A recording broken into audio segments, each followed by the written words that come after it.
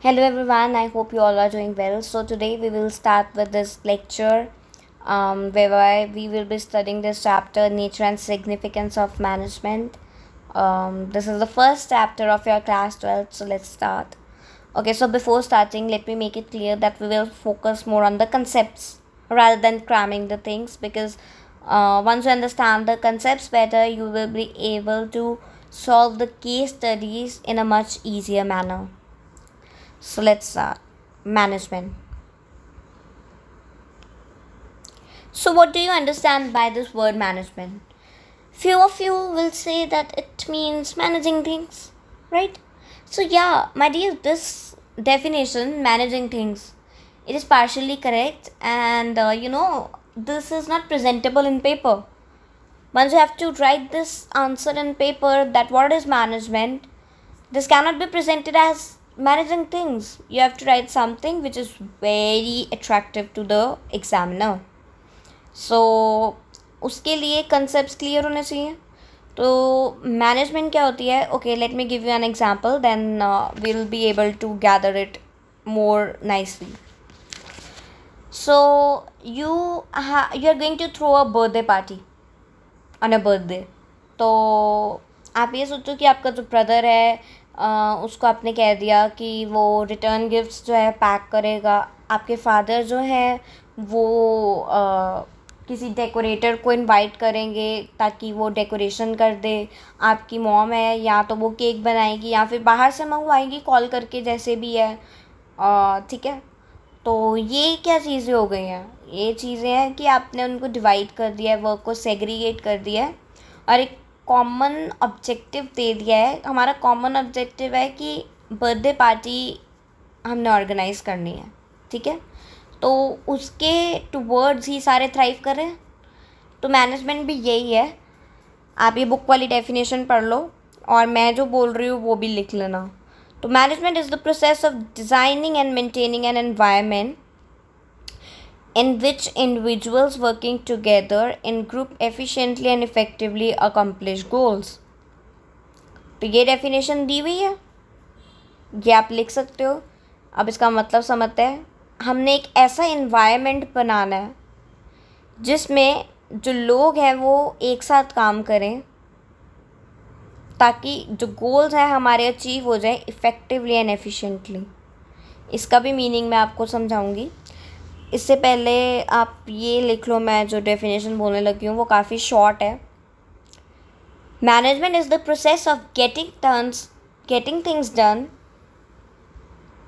through people. Management is the process of getting things done through people with the aim of achieving goals effectively and efficiently. काफ़ी similar ही है definition, but मेरी जो wording है काफ़ी easy है, तो आप ये भी लिख सकते हो. तो अगर आपको एक इम्पैक्ट डालना है ना एग्जामिनर के ऊपर, तो आप पता क्या करो.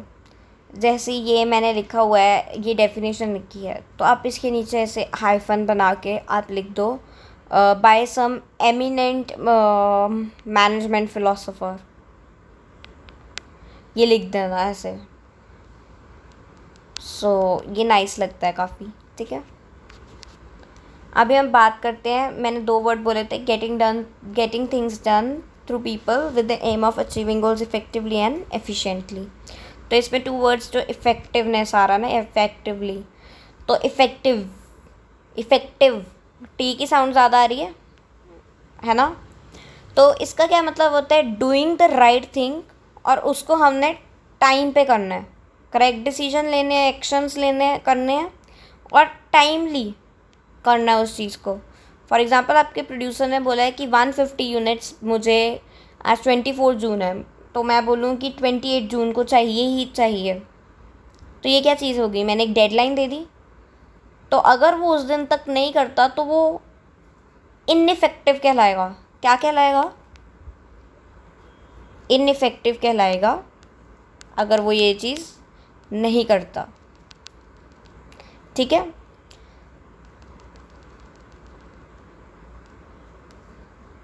Moving on. अब हम बात करते हैं एफिशिएंसी. CNC, जैसे इसमें टी था, इसमें सी की आवाज़ ज़्यादा आ रही है. तो इसकी अप्रोच क्या है? Cost effective approach. कौन सी है अप्रोच? Cost effective. ठीक है। What does it means? It means maximum benefit with minimum cost. Maximum benefit, max benefit with minimum cost. ठीक है।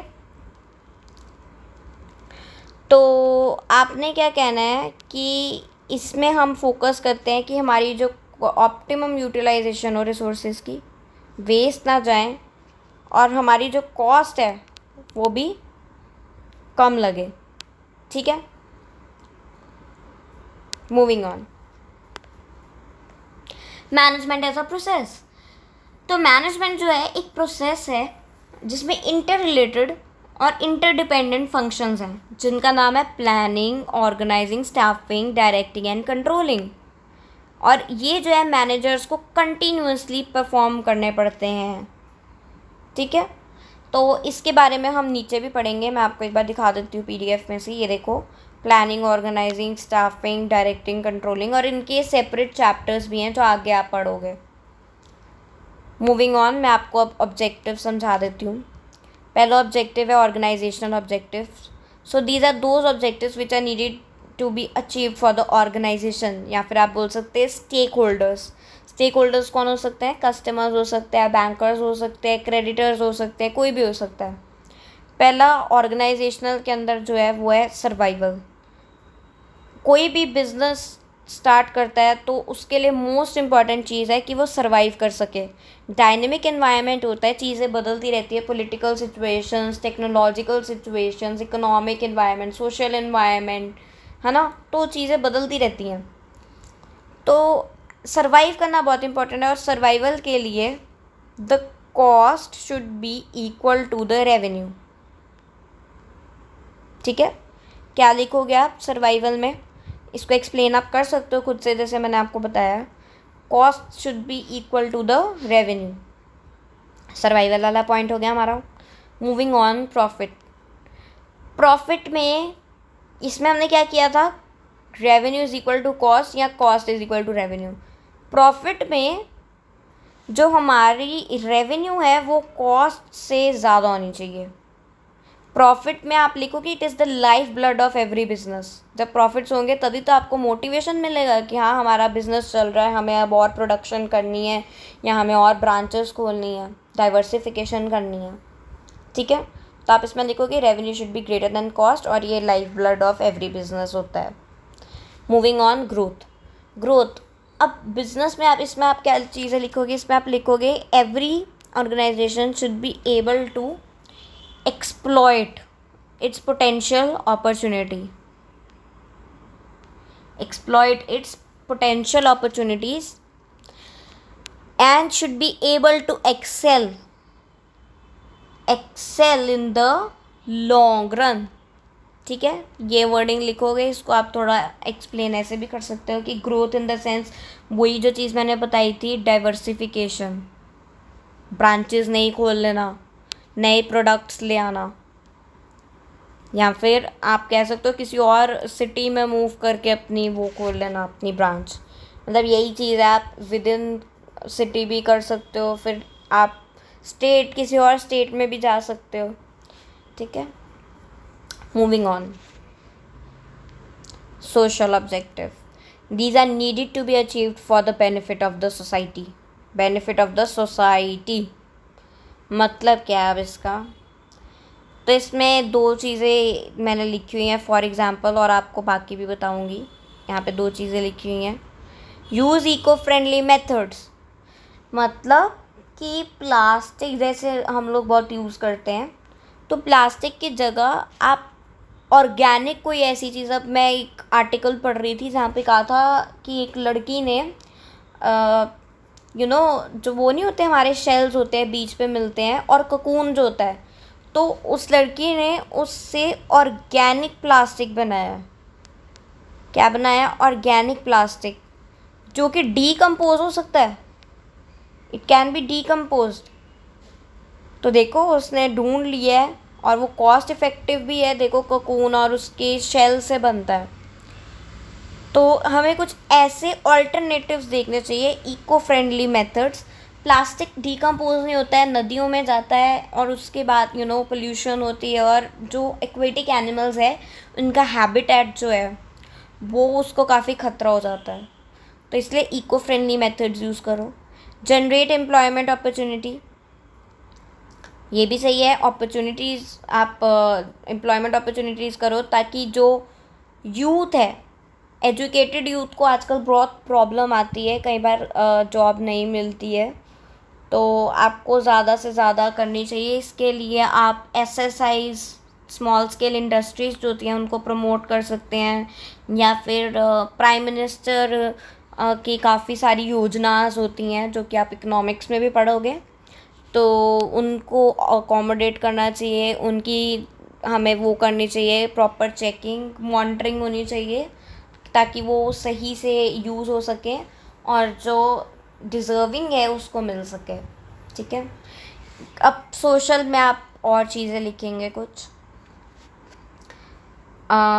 इसमें आप लिख दो अवॉइडिंग माल प्रैक्टिसेस। माल प्रैक्टिसेस में क्या आता है, इसके अंदर आप लिखेंगे जैसे कि ब्लैक होर्डिंग होती है, जिसको हम काला बाज़ारी भी कहते हैं। तो आर्टिफिशियली आपको बोल देते हैं कि चीज़ नहीं है, लेकिन उनके पास होती है।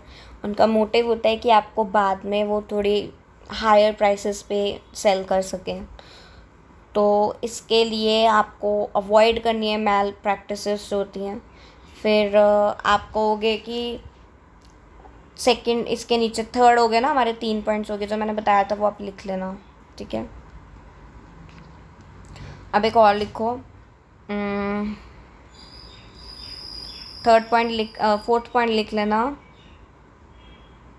यहाँ पे।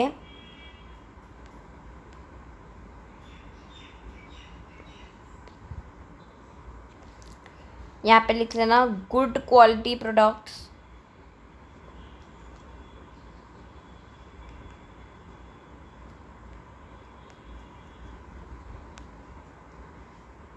Eight reasonable price. अच्छी क्वालिटी के प्रोडक्ट्स दो, and that too at reasonable prices. ये आपका फोर्थ पॉइंट हो जाएगा। फिफ्थ पॉइंट लिखें। फिफ्थ में आप लिख दो कि creche facilities to the employees. ठीक है, ये लिख लेना। Okay, moving on. Personal objectives, these are needed to be achieved for the individuals, for the employees of your organization. Okay, so इसमें क्या क्या आता है? सबसे पहले आता है fair wages and salaries. It should be fair both for the employ and organization. ऐसा भी नहीं होना चाहिए कि आप ज़्यादा दे दो, कि जितना आपके पास नहीं है उससे भी ज़्यादा दे दो, ऐसे भी नहीं देना। और फेयर होना चाहिए ताकि रीजनेबल स्टैंडर्ड ऑफ लिविंग हो उस इंसान की। ठीक है। Second, good working conditions. Good working conditions means water की फैसिलिटी दो उन्हें, एसी, एयर कंडीशनड आपका होना चाहिए ऑर्गेनाइजेशन।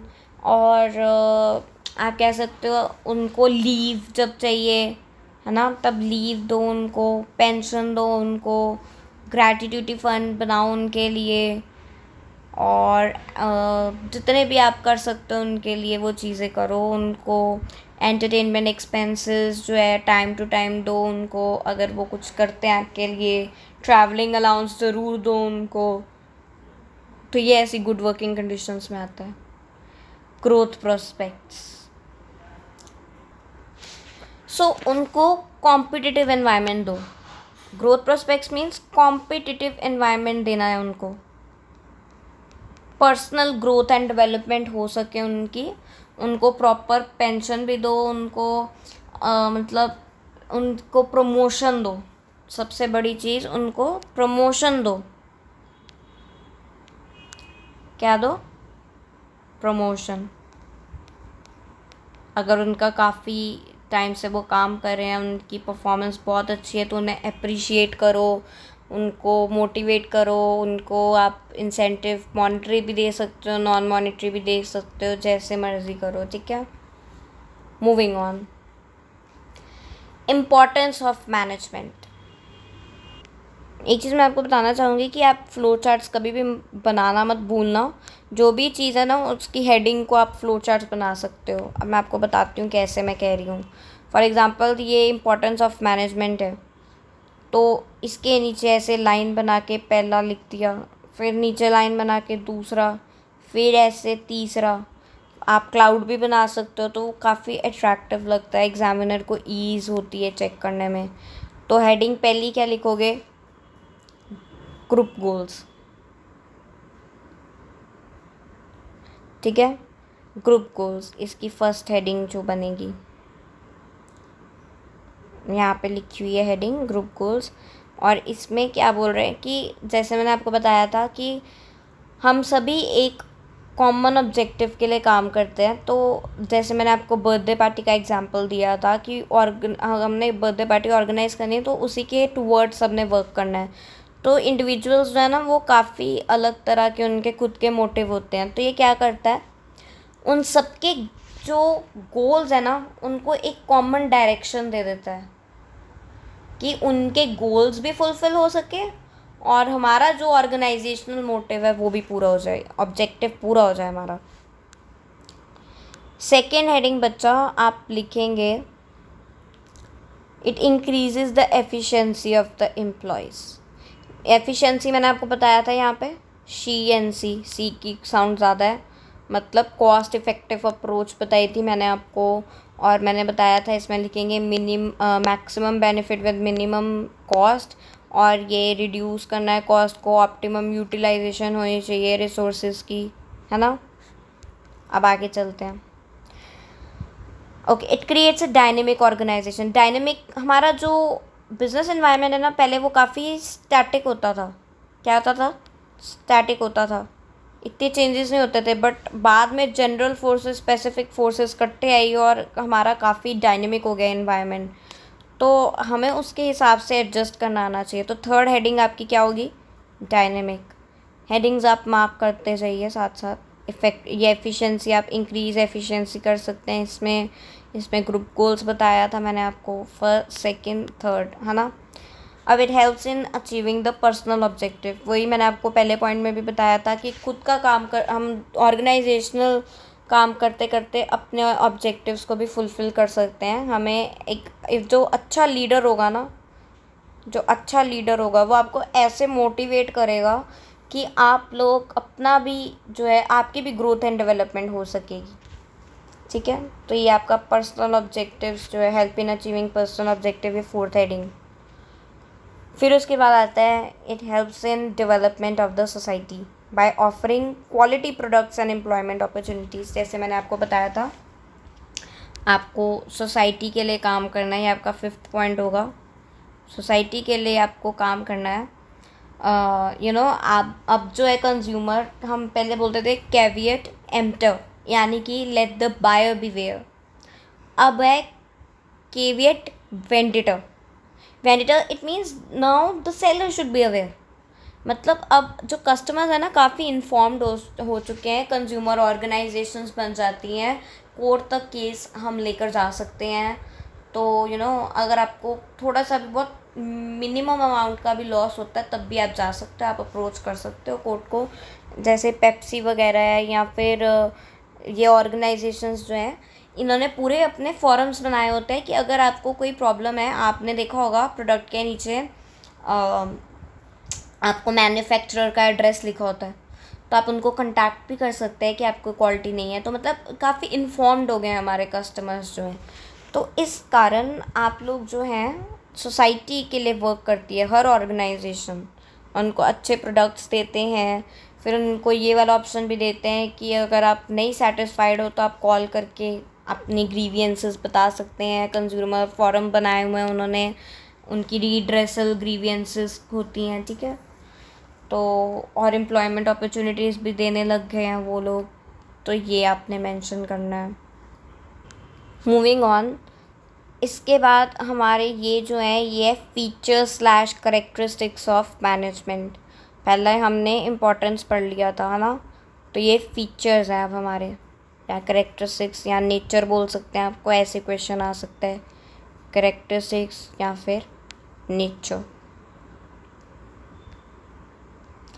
अब इसमें क्या है देखते हैं। Management is a goal oriented process, ये पहली हेडिंग आपकी। ये चीज़ याद रखना कि फ्लो चार्ट्स बनाने हैं, ठीक है। तो गोल ओरिएंटेड प्रोसेस से क्या मीनिंग है हमारा।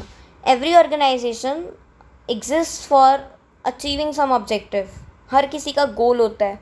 फॉर एग्ज़ाम्पल किसी ऑर्गेनाइजेशन का गोल है कि मुझे 20% अपनी सेल्स बढ़ानी है, तो उसने उसकी तरफ पूरे लोगों के ग्रुप जो है उनके एफर्ट्स को वो इंटीग्रेट कर देगा, ठीक है। तो ये क्या हो गया, गोल ओरिएंटेड प्रोसेस है। मूविंग ऑन, परवेसिव मतलब हर एक ऑर्गेनाइजेशन में है, कहीं पे भी जाओ मैनेजमेंट आपको मिलेगी ही मिलेगी, चाहे वो बिजनेस ऑर्गेनाइजेशन है, नॉन बिजनेस है, इकोनॉमिक, सोशल, पॉलिटिकल। यहाँ पे आप देख सकते हैं मीडियम, स्मॉल, लार्ज। ना साइज़ मैटर करता है और ना ही टाइप मैटर करती है ऑर्गेनाइजेशन की। हर ऑर्गेनाइजेशन में मैनेजमेंट होती ही होती है। Moving on, management is multidimensional मतलब इसमें 3 डायमेंशनल हैं। एक पहला है वर्क, मैनेजमेंट ऑफ वर्क। देखो, every organisation it exist to perform some work. For example school, it exist to provide education. And अगर हम हॉस्पिटल की बात करें, टू प्रोवाइड मेडिकल फैसिलिटीज़। तो मैनेजमेंट ऑफ वर्क मतलब ये क्या करता है, it translates the work into terms of the objective और टारगेट्स टू बी अचीव्ड। उसको ऐसे ये लोग मोल्ड कर देता है उस भाषा में कि हमें क्या अचीव करना है, जो हमें अचीव करना है उसकी तरफ हमें मोटिवेट करते हैं। गोल्स जो हैं हमारे, ऑब्जेक्टिव जो हैं उनको ट्रांसलेट कर देते हैं टारगेट की फॉर्म में। Moving on, management of people. अब देखो, जो पीपल है ना सबसे ज़्यादा क्रूशियल है। एम्प्लॉयज़ जो होते हैं, they are the most crucial thing in a management, in an organisation. उनसे काम करवाना बहुत टफ होता है। So it is still difficult work for the managers or the employers to get done the work from people, ठीक है। तो management of people basically यही होता है कि उनको इस तरह से मैनेज करना है कि उनके पर्सनल ऑब्जेक्टिव जो हैं वो भी पूरे हों और उनको एज अ ग्रुप भी लेकर चलना है, इंडिविजुअल नीड्स और also as a group of people उनकी नीड्स को पूरा करना है। Moving on, management of operations. Management of operations basically ये है कि इसमें दोनों चीज़ें आ जाती हैं, management of work and management of people.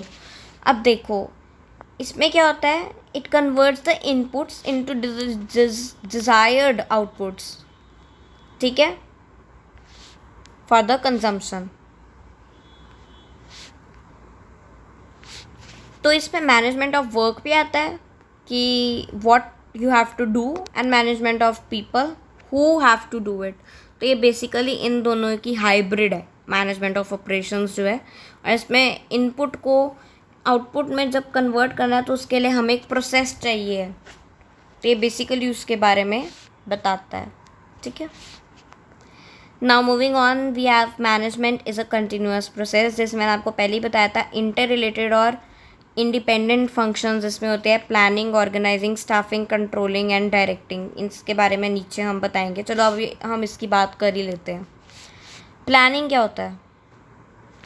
Planning मतलब जैसे आपके मार्क्स आए 20 में से 19 बिजनेस स्टडीज़ में ही आप अज्यूम करो, तो आपने सोच लिया कि मेरी केस स्टडी में गलती हुई थी, वहाँ से एक पार्ट में मेरा मार्क्स चला गया था, तो मैं इस बार ज़्यादा फोकस करूँगा या करूँगी हमारी जो केस स्टडीज़ हैं उस पर, और मैं कीवर्ड्स भी अच्छे से देख लूँगी और मैं कंसेप्ट पे फोकस करूँगी। आपने ये सोच लिया है कि अगले पेपर में आप ऐसा करोगे। तो ये क्या है, प्लानिंग हो रही है कि आप पहले ही एडवांस में डिसाइड करो कि what is to be done and who is to do it. इसी तरह ऑर्गेनाइजेशन में भी प्लानिंग होती है। आप पहले ही सोच लेते हो कि करना क्या है, कि हमने सोच लो एक हमने मास्क मैन्युफैक्चरिंग प्लांट खोलना है, और करेगा कौन? एम्प्लॉयज़ करेंगे, है ना? तो वो कैसे करेंगे या क्या, पहले ही आप इसको बोलते हैं ब्लूप्रिंट बना लेना, chalking out the plans in advance. तो ये होता है प्लानिंग।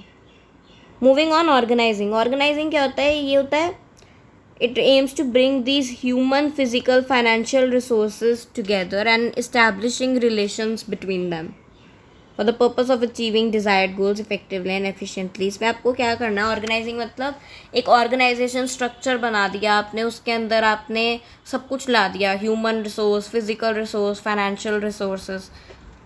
तो अब करना क्या है? सिर्फ उनको काम करना है एक साथ मिलकर, ताकि वो अचीव कर सकें गोल्स। अब आता है स्टाफिंग। स्टाफिंग होता है right person at right job and at the right time.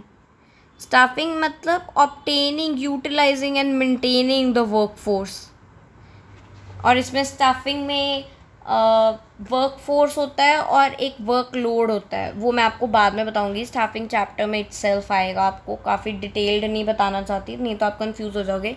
Basically it means कि अपनी ऑर्गेनाइजेशन के लिए सही एम्प्लॉयज़ को चूज़ करना। इसके लिए रिक्रूटमेंट प्रोसेस होती है, सिलेक्शन प्रोसेस होती है, देन ट्रेनिंग होती है, उसके बाद परफॉर्मेंस अप्रेजल, इंडक्शन ट्रेनिंग, काफ़ी कुछ होता है, वो हम आगे जाके पढ़ेंगे। अभी आप इतना इतना भी आप कर लो तो वो बहुत है, इतनी इतनी डेफिनेशन भी, बाद में डिटेल चैप्टर्स आएंगे आपको। देन उसके बाद आता है डायरेक्टिंग। डायरेक्टिंग होता है it is the process of motivating, leading, counselling, influencing the people in order to achieve the goals. तो इसमें भी 4 चीज़ें कीवर्ड्स हैं: मोटिवेटिंग, इन्फ्लुएंसिंग, लीडिंग, सुपरवाइजिंग भी आप बोल सकते हैं। ये भी आएगा आपको आगे जाके। डायरेक्टिंग ना, ये वो फंक्शन है जिस पे एक्चुअल एक्शन परफॉर्म होता है, एक्शन परफॉर्म करना शुरू करती है ऑर्गेनाइजेशन। बाकी तो सिर्फ आपको एक बेस प्रोवाइड करती है एक्शन के लिए, इससे शुरू होता है। Moving on, controlling. कंट्रोलिंग होता है इसमें ना आपने स्टैंडर्ड सेट कर दिए कि हमें हमारी ऑर्गेनाइजेशन को इतनी सेल्स करनी है, इतनी मैन्युफैक्चर करनी है चीज़ें, तो आपको अपनी परफॉर्मेंस को अपनी स्टैंडर्ड से कंपेयर करना होता है। It is the process of comparing your actual performance with the standards that you have set in past. तो अगर कोई डेविएशन आ रही है, क्या आ रही है? डेविएशन, वो भी मैं आगे जाके आपको बताऊंगी क्या होता है। आगे चैप्टर्स आएंगे फुल फ्लेज्ड, तब हम डिस्कस करेंगे इसे अच्छे से। तो डेविएशन, अभी आप ऐसे वर्ड याद रख लो। डेविएशन होता है कि अगर आपकी सपोजिंगली परफॉर्मेंस अच्छी नहीं है आपके स्टैंडर्ड से, तो आपकी डेविएशन आ गई, फिर आपको वो ठीक करना पड़ेगा कि हम ऐसा क्या करें कि ठीक हो जाए। फॉर एग्जांपल आपकी वर्क फोर्स जो है वो इतनी ट्रेंड नहीं है, इस कारण आपके जो है plans as per you have thought कि हम उसको परफॉर्म करेंगे, वो परफॉर्म नहीं हो पाए, तो आप क्या करोगे? उस आपकी जो वर्क फोर्स है उसको ट्रेनिंग दिलवाओगे ताकि वो बेटर परफॉर्म कर सकें और आपके जो गोल्स हैं वो अचीव हो सकें। ये डेफिनेशन पढ़ें।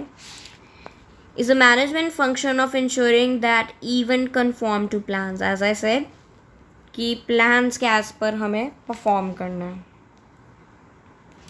अब मैंने आपको ये देखो कंटिन्यूस प्रोसेस में ये बता दिया, ये ना कंटिन्यूस है।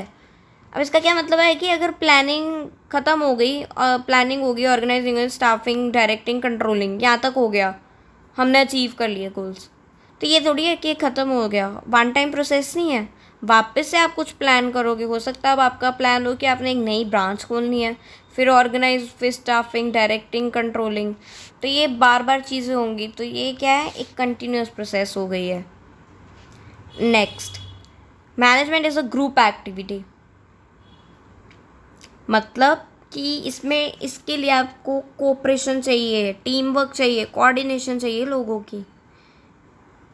अगर लोग जो हैं वो इंडिविजुअली काम करने लग जाएंगे और एक दूसरे के साथ नहीं चलेंगे, टीम वर्क में अपने आप को कोऑपरेट नहीं कर सकेंगे दूसरों के साथ, तो आप अचीव नहीं कर पाएंगे गोल्स। तो this is what is group activity, जैसे हमने इम्पोर्टेंस में भी किया था ग्रुप गोल्स एंड ऑल।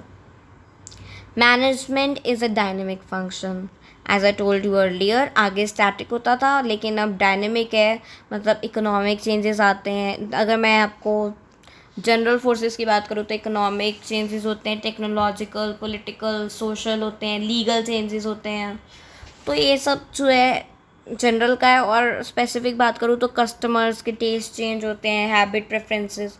तो मतलब ये बार बार चीज़ें चेंज होती हैं, तो आपको ना उसके हिसाब से आपको अपने आप को अडेप्ट करना है. फॉर एग्ज़ाम्पल मैकडोनल्ड्स जो है, जब वो यहाँ पे इंडिया में आए तो उन्हें पता लगा कि लोगों को बीफ बर्गर खाने नहीं पसंद, तो उन्होंने अपने मेन्यू में चेंज लाया. फिर आप ये कह सकते हैं कि उन्होंने फ्रेंच फ्राइज़ जो है, उन्हें पता लगा कि पोटैटो के वो प्रेफर करते हैं, बट किस स्टाइल से प्रेफर करते हैं, फ्राई, बेक्ड, ऐसे. उन्होंने वो सारी चीज़ें देखी और उसके हिसाब से अपना मेन्यू जो है चेंज किया. फिर moving on, it is an intangible force. Intangible means which cannot be touched, which cannot be seen, which cannot be felt. तो यही आप लिखेंगे कि ये दिखता तो नहीं है, cannot be seen, touched और felt, लेकिन ये पता लगता है when the employees are happy and there is no chaos in the organization. ये लिखेंगे आप इसमें. जब ओके इट इज़, आप डेफिनेशन लिख लें. यहाँ पे आपको हो सकता है ये थोड़ी टफ लगे, तो आप जो मैं बोल रही हूँ वो अपनी नोटबुक्स में लिख लो. सो intangible management is an intangible force, which means it cannot be seen or felt. However, when the targets are met, employees are happy, and there is no chaos in organization,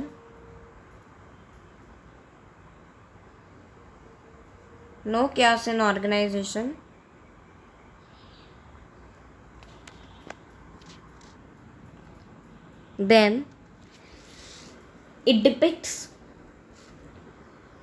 the existence of management, right? So अभी हमने 2 pages किए हैं, तो video भी काफ़ी लंबी है. तो thank you guys, subscribe to my channel. अगर आपको वीडियोस अच्छी लग रही हैं तो आप कमेंट करके मुझे ज़रूर बताएं, ताकि मैं और वीडियोस बनाऊं. इसका सेकंड पार्ट मैं जल्दी लाऊंगी. और thank you guys, bye bye.